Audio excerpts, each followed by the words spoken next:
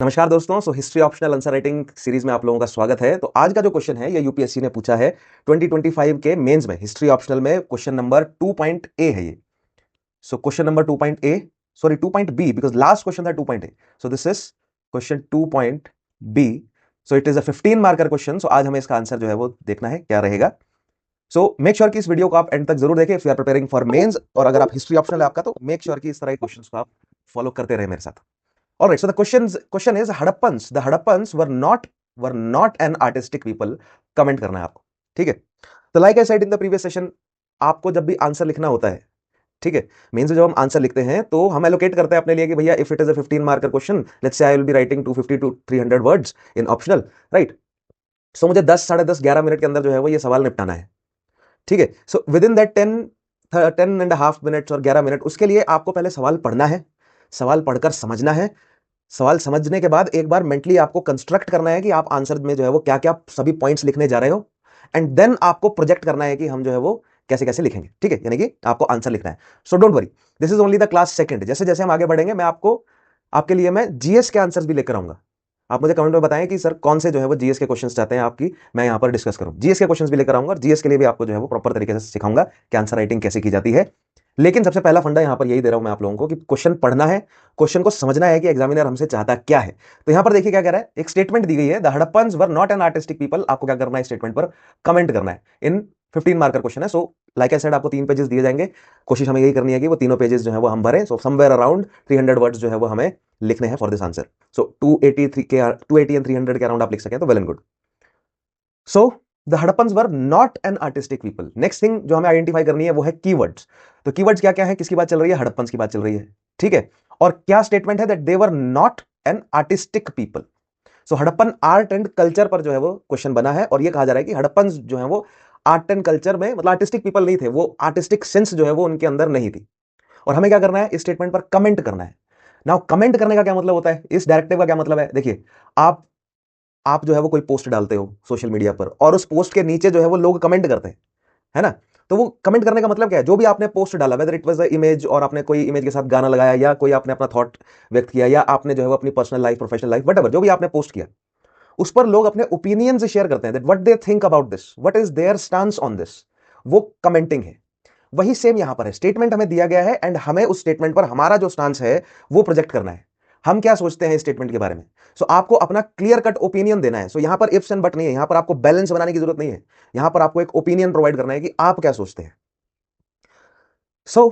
क्या सोचते हैं भाई हम इसके बारे में कि Harappans were not an artistic people. तो ये जो सवाल है, ये जो स्टेटमेंट है, ये एक बहुत ज्यादा यूरोसेंट्रिक जो व्यू पॉइंट है ना, वहां से निकल कर आता है।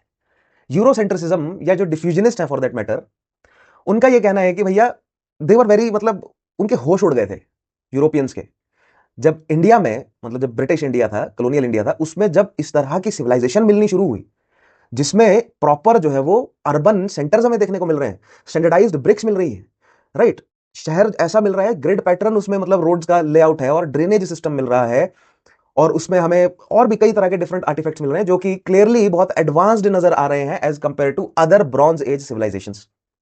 तो जो यूरोपियन स्कॉलर्स थे उनको क्या दिखाना था, उनका तो यही गोल था ना कि भैया जो इंडियंस हैं, साउथ ईस्ट एशियंस हैं, साउथ एशियंस हैं, ईस्ट एशियंस हैं, यानी एनीवन आउटसाइड यूरोप जो है उनको बैकवर्ड दिखाना था।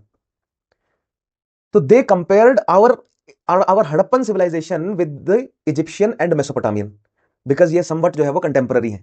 जब बाद में धीरे धीरे स्टडीज हुई और डेटिंग वगैरह हुई, तो 1960s 1970s तक आते आते जो वेस्टर्न स्कॉलर्स हैं, they started comparing the Harappan civilisation with the Mesopotamian and the Egyptian civilisation, two of the oldest civilisation, उनके साथ कंपेयर करने लगे। और वहां पर उन सिविलाइजेशंस में बड़े बड़े मॉन्यूमेंट्स देखने को मिलते हैं, राइट। उन सिविलाइजेशंस में बड़े बड़े स्ट्रक्चर्स देखने को मिलते हैं, नैरेटिव रिलीफ्स, मोटिव्स देखने को मिलते हैं, राजाओं की गाथाएं देखने को मिलती हैं, सेलिब्रेट करा जा रहा है राजाओं को, रॉयल पैटर्नेज वहां पर देखने को मिल रही है। और वैसा हड़प्पन सिविलाइजेशन में नहीं देखने को मिल रहा, या अगर था भी तो हमारे पास स्क्रिप्ट डिसाइफर्ड नहीं है, सो हम क्लियरली नहीं समझ पा रहे, ठीक है।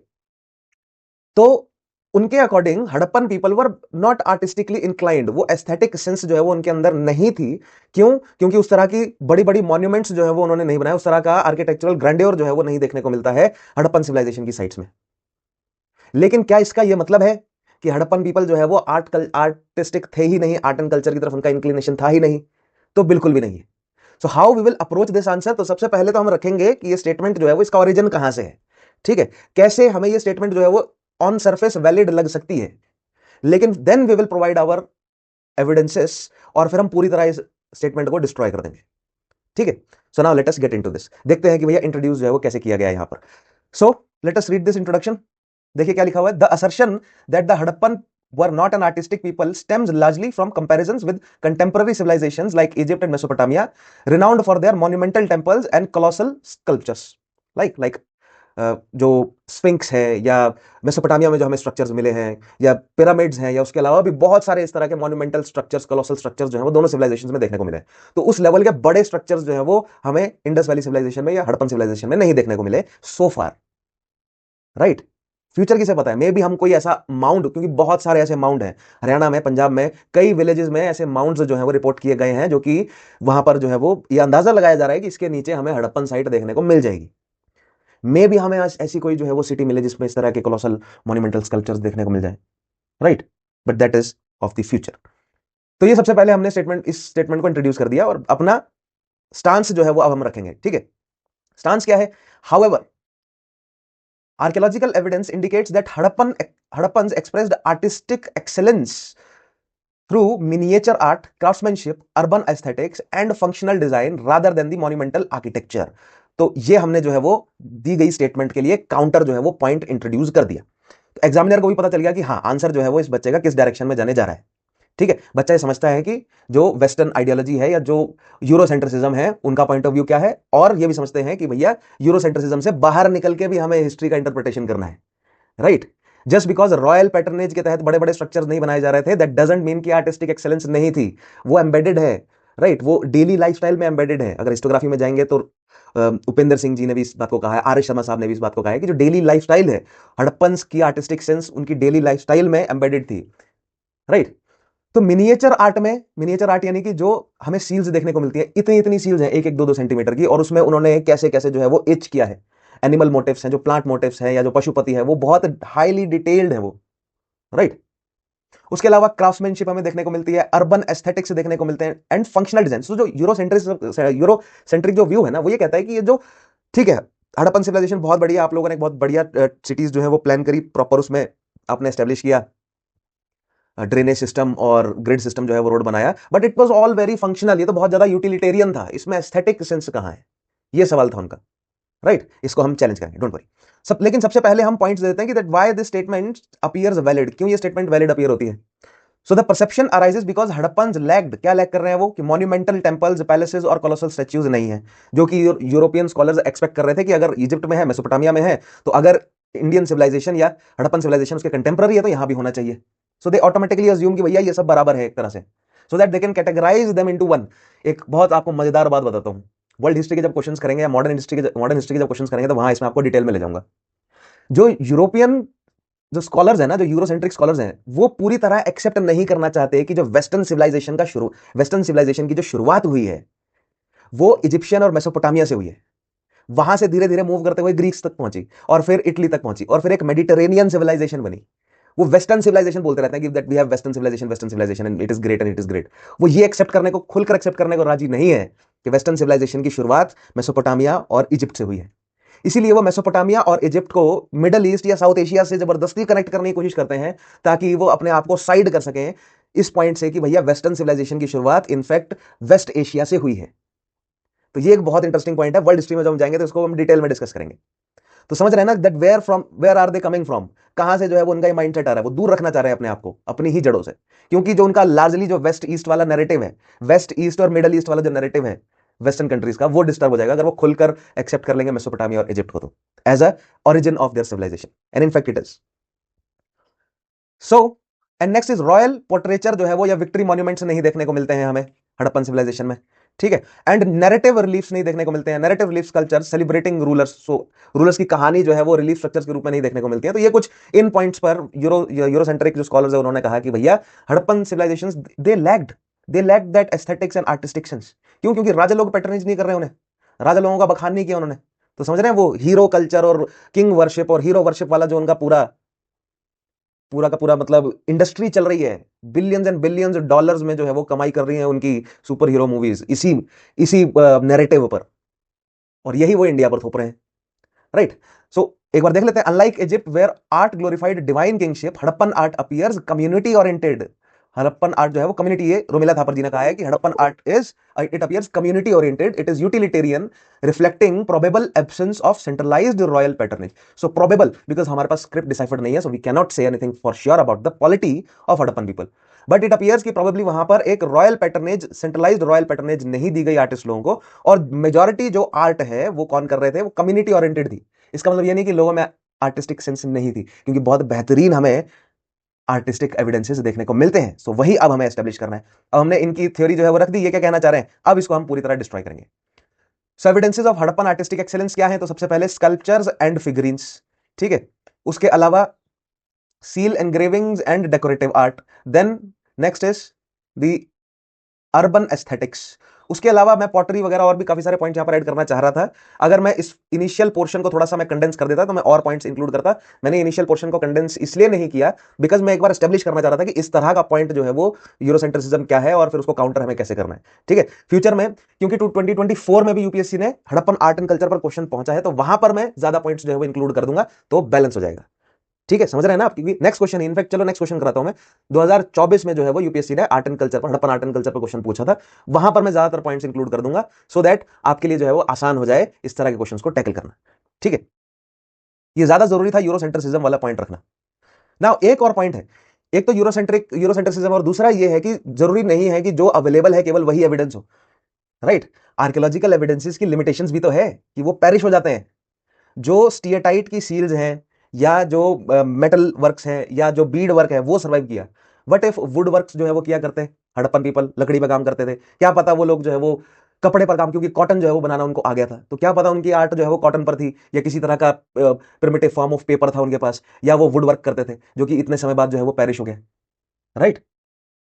तो आर्कियोलॉजिकल एविडेंसेस पेरिश भी तो हो जाते हैं, है ना। सो एक पॉइंट वो भी आप यहां पर रख सकते हैं, आल्दो मैंने यहां इंक्लूड नहीं किया, बट मैं आपको अपनी तरफ से दे दे रहा हूं। ना अब एक एक करके देखते हैं। स्कल्पचर एंड फिगरिन्स, सो वही ब्रॉन्ज डांसिंग गर्ल है, मोहनजोदारो से मिली है, cast, it was cast using lost wax technique, so we knew lost wax technique during that time, right. And the Egyptians and Mesopotamian, it seem कि उन्होंने हमसे ही लॉस्ट वैक्स टेक्निक जो है वो धीरे धीरे सीखी है, and that demonstrates remarkable metallurgy and artistic skill. और मेटलर्जी जो है वो इंडिया की वो हमेशा से एक स्ट्रेंथ रही है, भले ही कॉपर और भले ही ब्रॉन्ज बनाने में हमें थोड़ी समस्या आई, क्योंकि हमारे पास रॉ मटेरियल उतने नहीं थे जितने वेस्टर्न सिविलाइजेशन के पास थे।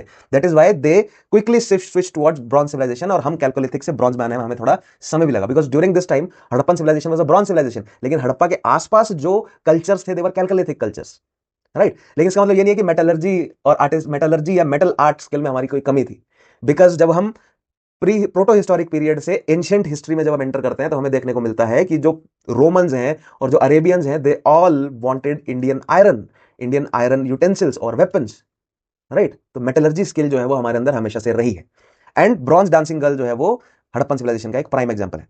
उसके अलावा जो प्रीस्ट किंग का स्टीएटाइट का जो बस्ट हमें देखने को मिलता है, ठीक है, facial modelling and intricate trefoil decoration जो है वो देखने को मिलती है, so that also suggest art. मे भी हो सकता है कि इस तरह के और भी कई सारी डॉल्स या इस तरह के और भी कई सारे स्कल्पचर्स हों जो मिले नहीं, हमें पेरिश कर गए, टूट गए, तोड़ दिए गए, right. Then terracotta mother goddess figurines, toy cards and animal figurines reflect artistic engagement with religion and everyday life. So आपको यह पॉइंट जरूर इंक्लूड करना है कि आर्टिस्टिक जो एंगेजमेंट है वो डेली लाइफ से जुड़ा हुआ है, वो आम लोग कर रहे हैं। अगर आम लोग आर्टिस्टिक लाइफस्टाइल में जुड़े हुए हैं तो ये क्या सजेस्ट करता है, अगर एक सेक्शन ऑफ यार शर्मा साहब ने, डीडी कोशांबी साहब ने भी पॉइंट ऐड किया है, ठीक है। देखिए हिस्टोग्राफी को मैंने सेपरेटली, हिस्टोग्राफी वाला पॉइंट जो है वो मैंने सेपरेटली एक पॉइंट नहीं बनाया, लेकिन मैं आपको बीच बीच में पॉइंट्स देता जा रहा हूं, so if you want to note that those down, note कर लीजिए। अदरवाइज जो मैं क्लास में अगर जब ये टॉपिक करवाता हूं तो इसको डिटेल में सभी हिस्टोग्राफिकल एस्पेक्ट्स हम क्लास में डिस्कस करते हैं। So if you want to prepare thoroughly for history optional, you can join my batch. Contact information मेरी इस वीडियो की डिस्क्रिप्शन में जो है आपको मिल जाएगी, so make sure that you contact me. Now terracotta mother goddess figurines, toy cards, animal figurines, ये सब जो है वो लोगों के घरों में, जो हमें क्वार्टर्स मिले हैं ना, राइट, शहरों में जो क्वार्टर्स मिले हैं वहां पर लोगों के घरों में ये फिगरीन्स मिली हैं। दैट मींस या तो लोग खुद से ऐसे बना रहे थे, राइट, या तो एक section of society was free to do all those thing, do all these artistic things, right. अगर एक सेक्शन ऑफ सोसाइटी फ्री हो जाता है that means there is agrarian surplus, because एक सेक्शन ऑफ सोसाइटी अगर केवल आर्ट कर पा रहा है तो दूसरा सेक्शन जो है वो खेती करके उनको उनकी आर्ट के बदले खाना देगा, राइट, ये बाटर होगा ना। सो अग्रेरियन सरप्लस है, और अगर अग्रेरियन सरप्लस है, एक सेक्शन ऑफ सोसाइटी फ्री हो गया है, तो वो आर्ट कर रहे हैं, क्योंकि बहुत सारे घरों में हमें इस तरह के सिमिलर दिखती हुई मदर गॉडेस की फिगरिंस या टॉय कार्ड्स देखने को मिले हैं। दैट मींस एक सेक्शन ऑफ सोसाइटी जो है वो इनको बना रहा था। तो कैसे नहीं है आर्टिस्टिक इंक्लिनेशन हड़प्पन पीपल में? क्लियर एविडेंस हमें देखने को मिलता है, राइट। और रिलीजियस, और उनका religious as well as everyday life में जो है वो इंपॉर्टेंस भी है। मदर गॉडेस आप रिलीजियस इंपॉर्टेंस आपकी रख सकते हैं, और जो टॉय कार्ड्स हैं वो डेकोरेशन एज वेल एज बच्चों के खेलने के लिए यूज किए जाते होंगे, या as a symbol, as a status symbol भी हो सकता है कि वो यूज किए जाते हो। वी आर नॉट श्योर, हमें स्क्रिप्ट जो है वो डिसाइफर्ड नहीं मिली अभी तक, राइट।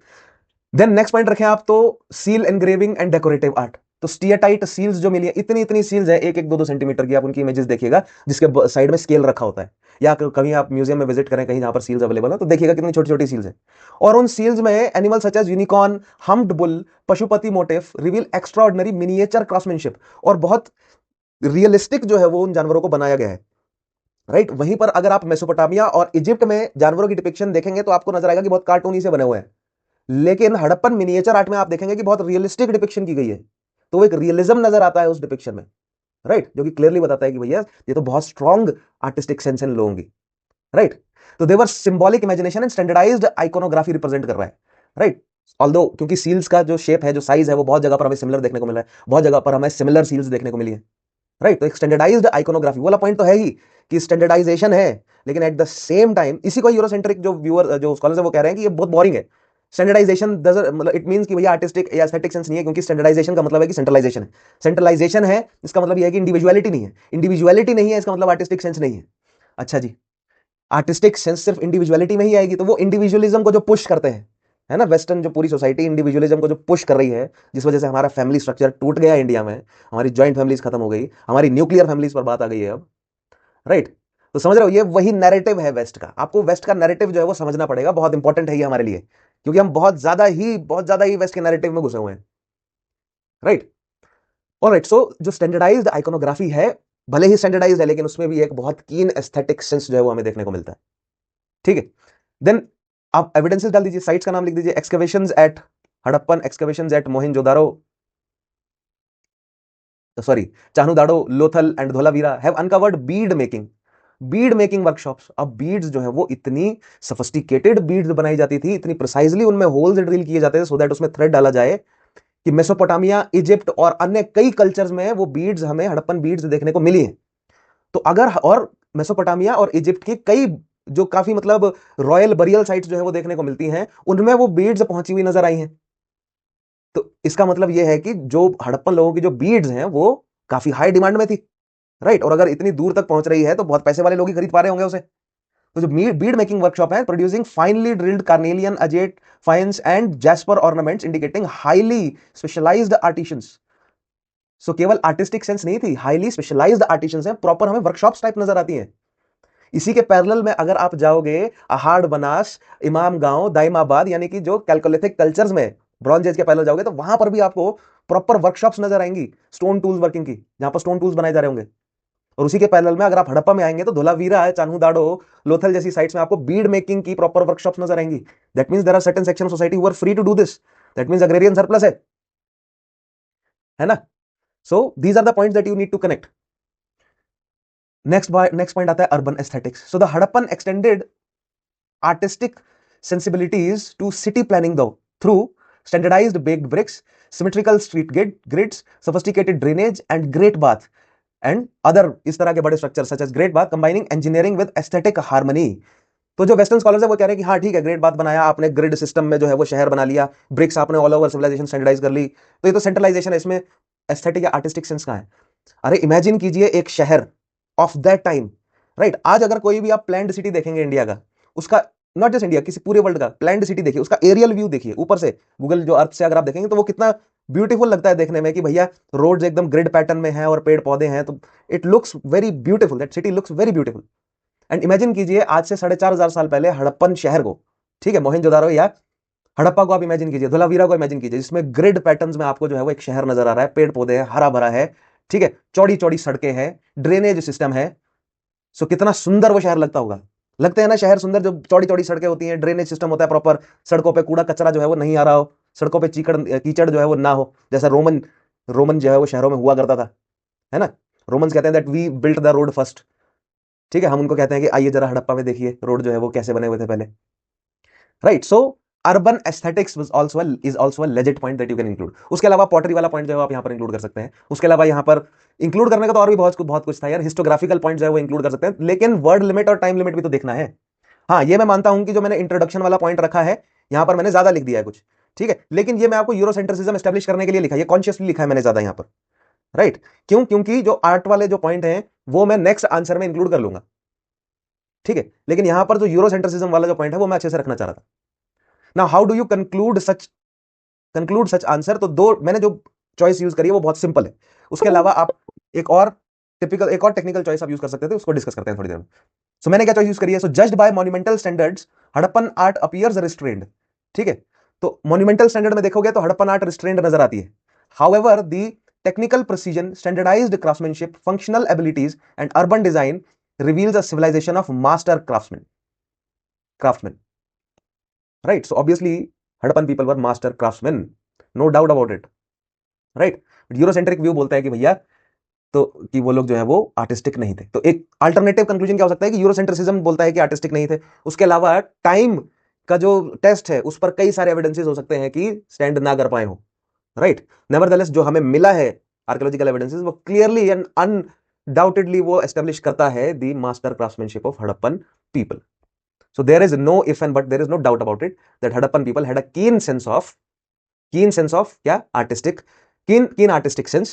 अब यही सवाल जो है वो यूपीएससी और किस तरह पूछ सकता है? क्रिटिकली एग्जामिन करने के लिए पूछ सकता है, ठीक है, कि जो हड़प्पन लोगों की जो आर्ट है वो हमें मतलब कहां देखने को मिलती है, वो इतनी यूटिलिटेरियन क्यों है, वो इतनी यूटिलिटेरियन क्यों नजर आती है, वो स्टैंडर्डाइज्ड होने के साथ साथ कम्युनिटी ओरिएंटेड जो है वो क्यों नजर आती है? यही सेम सवाल उस तरह पूछा जा सकता है। तो आज जो मैंने आपको पॉइंट्स मेंशन किए हैं क्लास में, उनको आप घुमा फिराकर जो है वो यूज कर सकते हैं और आंसर लिख सकते हैं। बट डोंट वरी, यही सेम क्वेश्चन जो अभी मैंने लास्ट में बताया क्रिटिकल एग्जामिन करने वाला, कि भैया एक साइड सेंट्रलाइज्ड है लेकिन दूसरी साइड कम्युनिटी ओरिएंटेड भी नजर आती है, तो इसको क्रिटिकली एग्जामिन करो, राइट। आगे आने वाली किसी क्लास में मैं ये क्वेश्चन जो है वो आप लोगों के साथ डिस्कस करूंगा, ऑलराइट। ये मैंने ही बनाया खुद क्वेश्चन, सो आपको लर्न करना है इस तरह, इतना समझना है किसी कॉन्सेप्ट को कि आप खुद से सवाल बना सको, alright. So this is the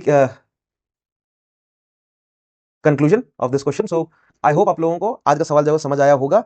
मेरी कोशिश ये रहेगी कि अगले 5, 6, 7 क्वेश्चन जो है वो पिछले 8-10 साल में जितने भी हड़प्पन सिविलाइजेशन पर सवाल बने हैं उन्हें हम डिस्कस कर लें एक बारी में, है ना। एक काम करते हैं, टॉपिक बाय टॉपिक चलते हैं, ठीक है। मैं सोच रहा था कि क्वेश्चन बाय क्वेश्चन चलूं, क्योंकि जो मैंने पिछला जो क्लास 1 में जो क्वेश्चन लिया था वो 2025 का जो मेंस है हिस्ट्री ऑप्शनल का पेपर 1 का, उसका मैपिंग वाला जो क्वेश्चन नंबर 1 होता है, दैट वाज 2.A, ठीक है, and this is 2.B, right. But अब मैं क्या करूंगा, एंड माय प्लान वाज कि मैं 2.C करवाऊंगा एंड सो ऑन। पहले 2025 का पेपर हम सारा सॉल्व कर लेंगे, ठीक है। बट नाउ आई थिंक कि पहले हम टॉपिक बाय टॉपिक चलते हैं, तो पहले हड़प्पन सिविलाइजेशन को हम कंप्लीट कर लेते हैं, ठीक है। सो टॉपिक बाय टॉपिक जो है वो मूव करते हैं, वो ज्यादा बेटर रहेगा हमारे लिए। सो पिछले 10-15 साल के हड़प्पन सिविलाइजेशन के क्वेश्चन जो है वो डिस्कस करते हैं अगले 2-3 हफ्तों में, alright. So that is all for today. अगर आपका क्या सोचना है, कोई अगर फर्दर आप कोई पॉइंट ऐड करना चाहते हैं तो मेक श्योर आप मुझे कमेंट में जरूर मेंशन करें। इस वीडियो को शेयर जरूर करें उन सभी स्टूडेंट्स के साथ जो हिस्ट्री ऑप्शनल के लिए प्रिपेयर कर रहे हैं। मेरे चैनल को सब्सक्राइब जरूर कर लें, if you are not subscribe to my channel, like जरूर करें वीडियो को। और अगर आप प्रिपेयर करना चाहते हैं प्रॉपर्ली हिस्ट्री ऑप्शनल के लिए, और इस तरह ये सभी पॉइंट्स मतलब इस तरह आप अगर आंसर लिखना चाहते हैं, ये क्लैरिटी अगर आप चाहते हैं कॉन्सेप्ट्स में, तो मेक श्योर कि आप मुझे कांटेक्ट करें। डिस्क्रिप्शन में मेरी टेलीग्राम जो है वो चैनल की लिंक और मेरा कांटेक्ट नंबर दिया गया है, मुझे व्हाट्सएप कीजिए, टेलीग्राम पर मैसेज कीजिए and I will get back to you, alright. So that is all for today. मिलते हैं नेक्स्ट क्लास में, तब तक के लिए अपना ध्यान रखिए। Take care, have a nice day.